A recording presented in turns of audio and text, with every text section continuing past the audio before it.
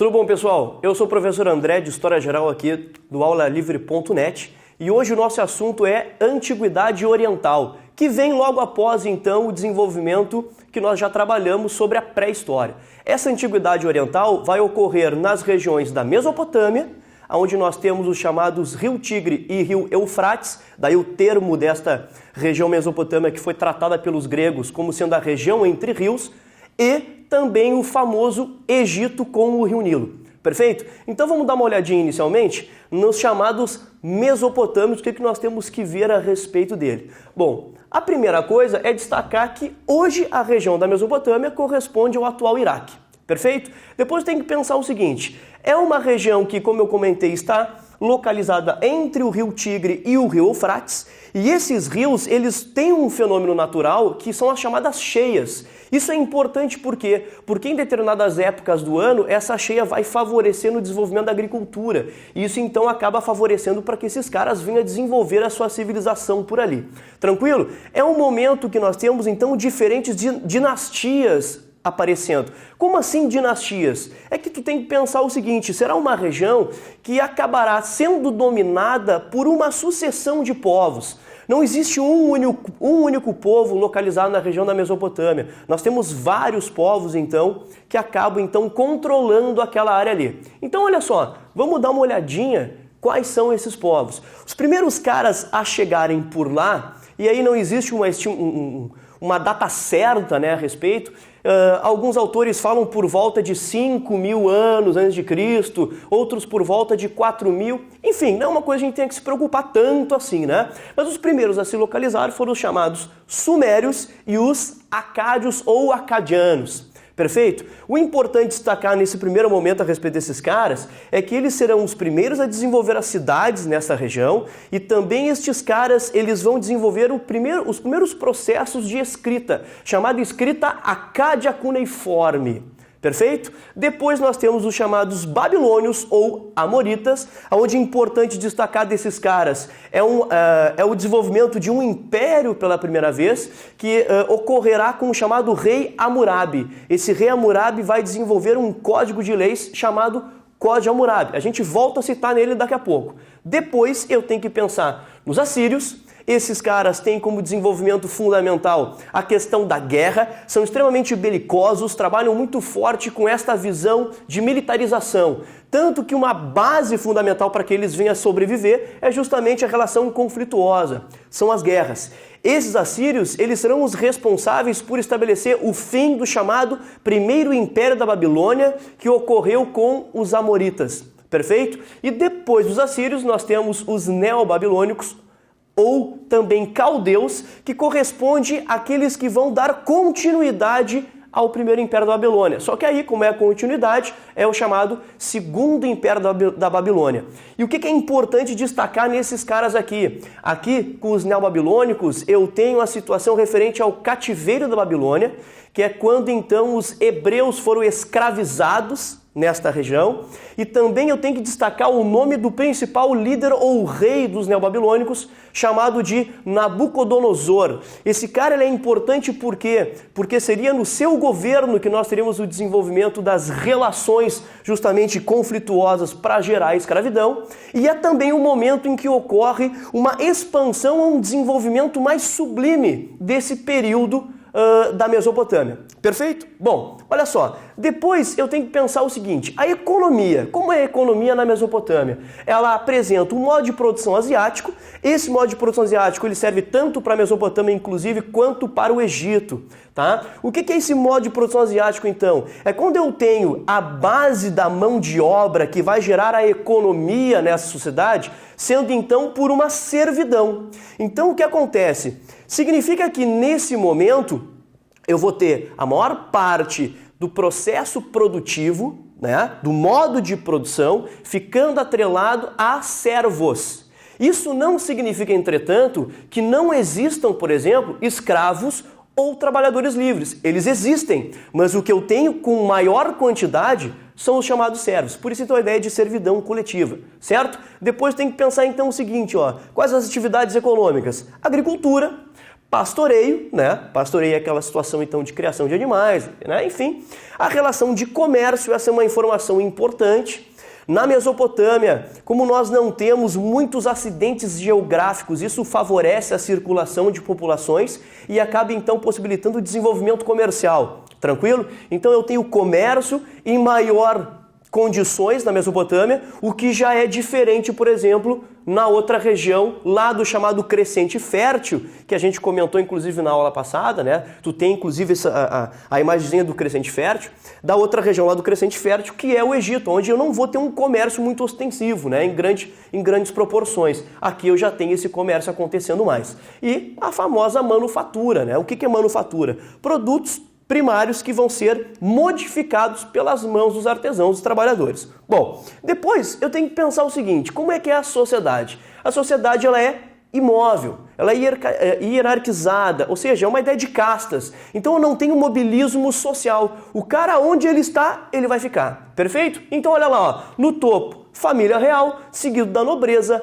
passando por sacerdotes, os caras que cuidam do aspecto religioso. Lembrando, é uma religião politeísta, existem vários deuses, militares e comerciantes, artesãos, camponeses, sendo a maioria, a ideia então da servidão coletiva, e por fim, os escravos. Lembra? Eu comentei, não é que eles não existam, eles existem, mas eles estão em menor quantidade. Perfeito? Aí eu tenho que pensar assim, ó, o que fica de legado, o que é de cultura, o que a gente tem que trazer a respeito desses caras. Como eu comentei, a religião é o politeísmo, acreditavam então na situação de crença, né, na vida em que eles estavam.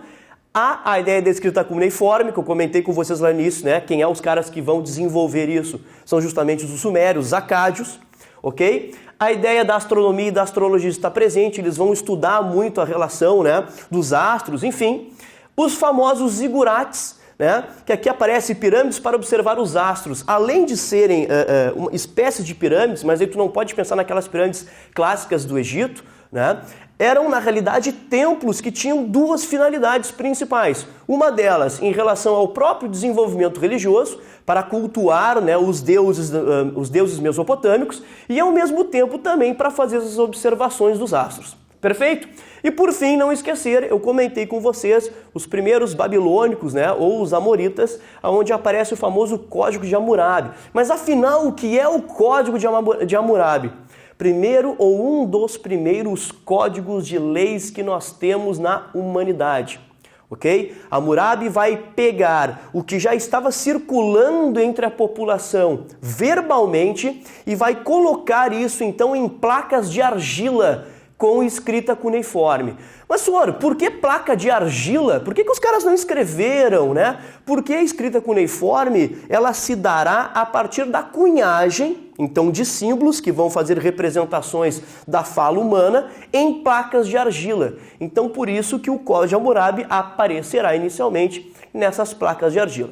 Perfeito? Muito bem. Depois eu tenho que pensar, então, no Egito, a partir ali da ideia do rio Nilo, certo? O rio Nilo, da mesma forma que o rio Tigre e o rio Eufrates, ele também tem essa situação das cheias. Só que o rio Nilo acaba interagindo um pouco mais com a questão dos egípcios. Os egípcios trabalham um pouco mais forte, inclusive, a questão religiosa sobre o rio Nilo. Tanto que ele vai ser o divisor do que é vida e do que é morte. Como assim?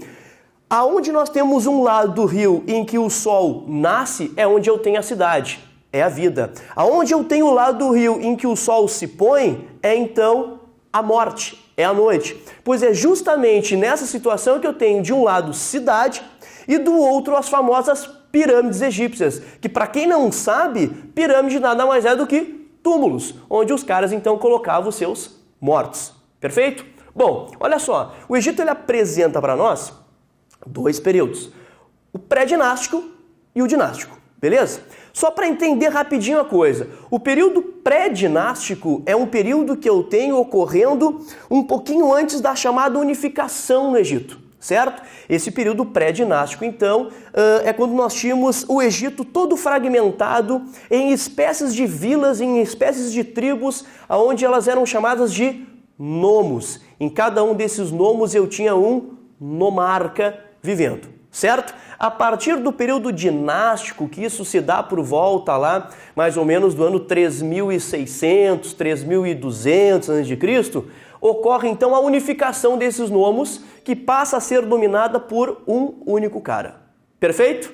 Bom, olha só, dá uma olhadinha então nestas divisões que eu tenho dentro do período dinástico. Olha aqui, ó. Primeiro eu tenho o chamado Antigo Império, que é o momento que ocorre então a situação da unificação desses nomos, é onde aparece um rei, né, ou o primeiro faraó chamado de Menés, é onde eu tenho a famosa as famosas pirâmides de Gizé, né, a construção das pirâmides de Gizé, com Quéops, Quéfren e Miquerinos. É um momento então que eu tenho também a pacificidade se apresentando.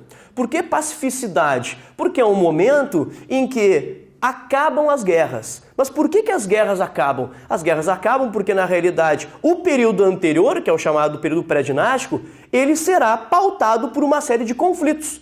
E esses conflitos eles estavam relacionados à questão de obtenção de terras. E aí, como esse Menés, que vai ser o primeiro faraó, consegue unificar essas terras, eu tenho um processo de pacificação.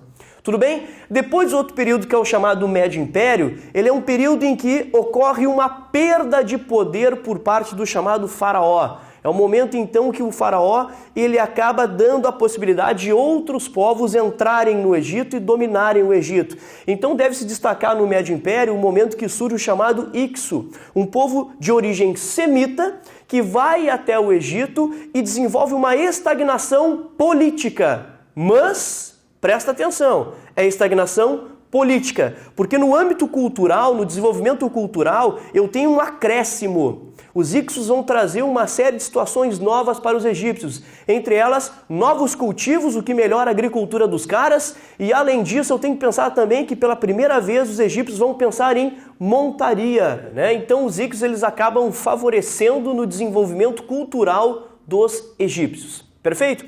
Depois aí, pensando no novo império, é um momento de esplendor, um momento de apogeu, um momento que o Egito ele começa então a desenvolver alguma coisa a mais do que apenas ficar dentro do seu território. É quando os egípcios, a partir da interação com os Ixos, eles aprenderam novas técnicas militares e vão usar essas técnicas militares, inclusive para expulsar os Ixos de lá. Então é como se o feitiço se virasse contra o feiticeiro, né? O Ixo chegou lá apresentando técnicas militares muito mais avançadas, que era desconhecida pelos egípcios, né? Os egípcios aprenderam isso aí e usaram essas técnicas para expulsá-los de lá. E além de usar essas técnicas para expulsar os caras de lá, também começaram a expansão territorial dos mesmos. Então eles começaram a sair do Egito e começaram a tomar outras regiões, como a própria Núbia, né? E aí eu tenho um momento no Novo Império que é o imperialismo egípcio. Perfeito? Bom, olha só, vamos dar uma olhadinha então aqui na economia egípcia.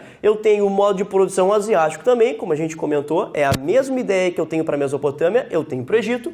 A ideia então da servidão coletiva, atividades principais, agricultura e pastoreio. Nota que eu não tenho uma situação deflagrada de comércio. Ah, então quer dizer que não existe comércio? Sim, existe comércio, só que ele é um comércio bem mais reduzido, é um comércio bem menor. Por quê? Porque o Egito tem uma série de acidentes geográficos. Então isso dificulta a circulação frequente, né, de populações e por isso então para a interação comercial. Beleza? Bom, olha só, depois eu tenho que olhar para a sociedade egípcia. E aí olhando para a sociedade egípcia eu tenho no topo o famoso faraó, ok? Que vai ser considerado também como um deus, certo? Eu tenho logo abaixo os sacerdotes, nobres, militares e escribas. Sobre quem são os escribas? É quem escreve. Sim, naquela época poucas pessoas sabiam escrever e era fundamental o Estado ter alguém que soubesse escrever para justamente registrar os acontecimentos, os feitos, enfim. Então quem sabia escrever acabava se colocando numa posição social melhor. Tudo bem? E abaixo eu tenho os camponeses, artesãos e os escravos. Muito bem? Bom, seguindo aí a ideia da cultura. Eu tenho politeísmo antroposomórfico. O que é isso? Antropo significa então homem, né? Zoomórfico, então aí forma de animal, né? De animais. Então eu tenho antroposomórfico, significa que eu tenho uma religião onde os deuses eles apresentam características humanas e de animais. Sabe por que isso, cara? Porque na realidade o faraó é um ser humano, mas ele tinha que mostrar para a população que ele também era um deus. Então, como pode um cara que é Deus sangrar como eu sangro, respirar como eu respiro, se alimentar, ter as mesmas necessidades que eu, comum, tenho? Justamente para que se faça essa relação do desenvolvimento religioso. Tudo bem? É importante destacar que haverá um faraó, num dado momento, lá no chamado Novo Império, que é o tal do Amenófis IV. Esse cara, por entrar em conflito com os chamados sacerdotes, ele decidiu então passar por cima da ideia de politeísmo e passou a dizer que não existiam diversos deuses no Egito, mas apenas um Deus. Quem? Ele mesmo. Então ele começou a trabalhar essa ideia para quê? Para levar a população cada vez mais para o seu lado e distanciá-la dos demais sacerdotes. Tudo bem? Aí o que aconteceu? Ele lança a ideia então de monoteísmo, um único Deus. Só que atenção, isso não vai dar certo. Após a morte do Amenófis IV, eu tenho a retomada, eu tenho o retorno do pensamento politeísta. Há um nome que pode aparecer por aí, tu olhando daqui a pouco algumas questões, tu olhando, enfim, algumas provas, o termo Akhenaton é o mesmo cara. Amenófis IV e Akhenaton é o mesmo cara. É que quando ele mudou a religião, ele mudou o nome dele também, tá? E ele passou a se chamar Akhenaton. Só isso, não tem mistério nenhum.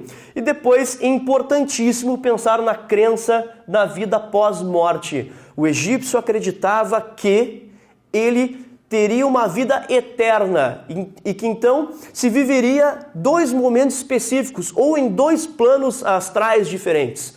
Um terreno e o outro num reino chamado Reino de Osíris. Osíris que seria um descendente do famoso deus Ra, criador do universo. Tá? Parece papo de louco isso, né, cara? Mas os caras acreditavam nisso, certo? E é importante destacar o quê? Que a partir dessa crença de vida pós-morte, eles acreditavam que tudo que eles usavam na vida terrestre, eles também tinham que ter lá do outro lado. Então, os caras eles eram enterrados com uma série de... embalsamados, né? Com uma série de objetos particulares, pessoais, de riqueza, alimentos, roupas, enfim, e principalmente o corpo. Sim, tu precisa do corpo para ir para o outro lado, porque se tu não tiver o corpo, tu vai vagar pela imensidão, e aí surge a ideia do quê? Das mumificações, por isso que vai se encontrar múmia aonde? Dentro das pirâmides, tá? Então dá uma olhadinha nisso aqui, ó. Eu tenho ainda a utilização de hieroglifos, que é a ideia da escrita, vocês podem perceber, né, que nós temos aqui, ó, algumas imagens que representam esses hieroglifos, certo? A arquitetura, o desenvolvimento arquitetônico dos egípcios a partir das próprias pirâmides, certo? E aquilo que eu mencionei, a relação da mumificação, que atribui também a questão da medicina. Por quê? Porque eles vão acabar utilizando, né, uma série de estudos para conseguir mumificar os corpos. Então, conforme eles foram estudando pelo desenvolvimento religioso para conservar o corpo, eles acabaram aprendendo uma série de outras coisas que vão passar a usar também em vida, com pessoas enfermas e assim por diante. Certo? Bom, pessoal, por hoje é isso aí. No próximo encontro a gente vê mais um pouquinho de história. Forte abraço, até mais!